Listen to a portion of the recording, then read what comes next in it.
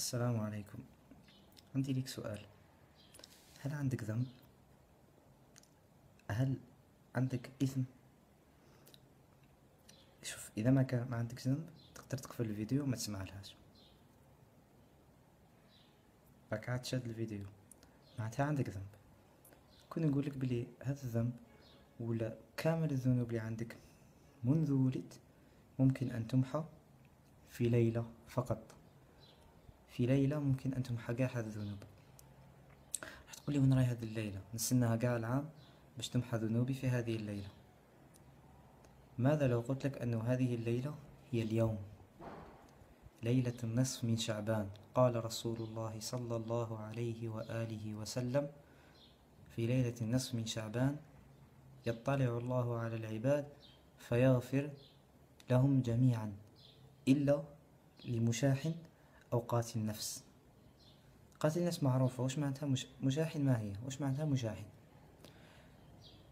المشاحن هو المخاصم، يعني إنسان مخاصم أهله، مخاصم الرحم متاعه، مخاصم جيرانه، مخاصم صحابه.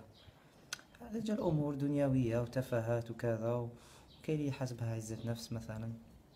ماذا لو قلت لك لو أنه في هذه الليلة، يعني قبل ما يفوت الليل، تهز التليفون تاعك، ترفد التليفون تاعك، تعيط للناس راك مخاصمهم، ترسل دي ميساج في فيسبوك مثلا ولا ما باليش SMS، وتصالح الناس لك مخاصمهم، لأن الله سيطلع على عباده في هذه الليلة ويغفر لهم جميعا. هل تريد أنك أنت تصبح مستثنى من الناس الذين سيغفر الله لهم؟ أبدا. كل واحد فينا حب أن ربي يغفر له. كامل عندنا ذنوب وأثام ومعاصي وكوارث. إذا كان فعل كما هذا ربي يغفر لنا قاع. ما تستاهلش أننا نصالح ناس مخاصمينهم؟ تستاهل ياك؟ هيا فلنبادر ونستغفر ربي في هذه الليلة. عسى الله أن يغفر لنا جميعا. السلام عليكم ورحمة الله وبركاته.